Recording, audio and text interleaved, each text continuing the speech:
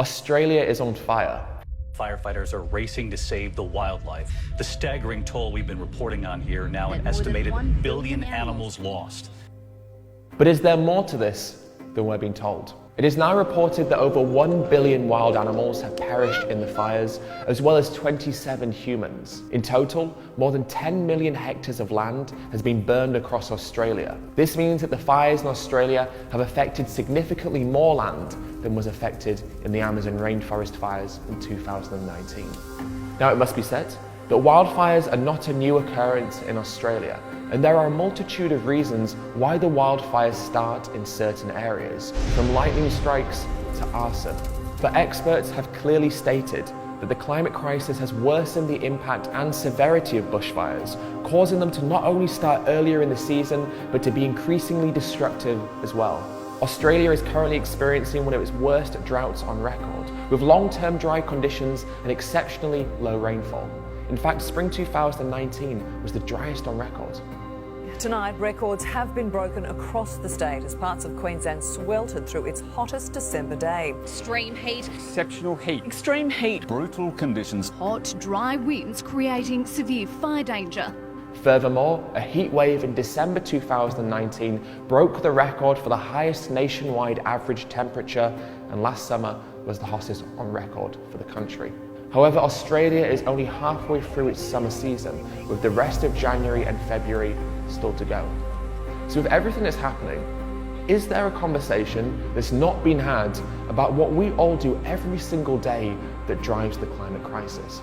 But United Nations scientists warn in a new report that almost a quarter of greenhouse gases now originate from our use and abuse of land, and it's no longer sustainable.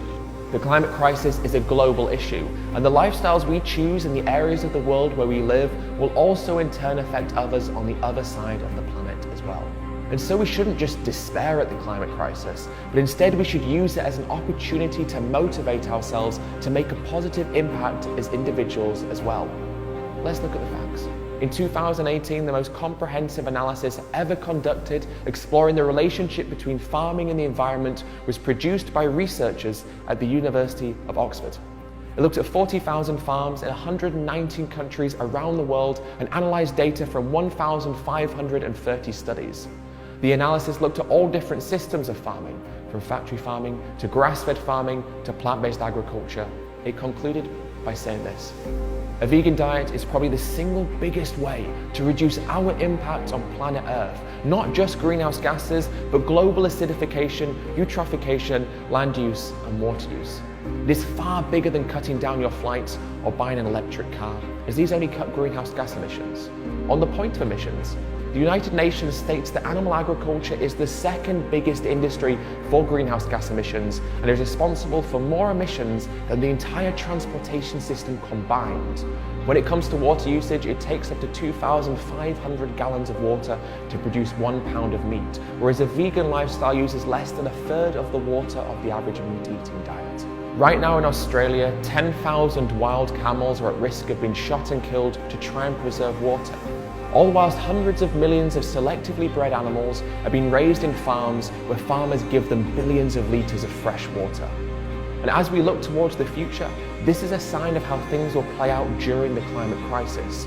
We will look at animals in the wild as being a problem, taking resources away from us, and then we will turn inwards and begin to see each other as the problem. In the future, it is said there will be wars over water, and we are beginning to see a glimpse of that future right now. People all over the world are currently mourning the death of the billions of animals who have died so far from the wildfires. And yet billions of animals are killed every day for us to eat. The farmed animals in Australia, who were raised to become food, had no chance of escaping when the fires struck. Farmers left them there to burn to death. As we continue to eat animal products, we in turn fund an industry that is one of the leading contributors to the climate crisis, which then increases the frequency and severity of wildfires, which in turn kills an unimaginable amount of animals. Animals who we then mourn over. This cycle of absurdity then repeats. We are heading towards global collapse. To minimize the catastrophic effects caused by the climate crisis, we need to address both how we live and how society operates. But we should feel empowered to know that we as individuals hold an immense amount of power in regards to creating a better world.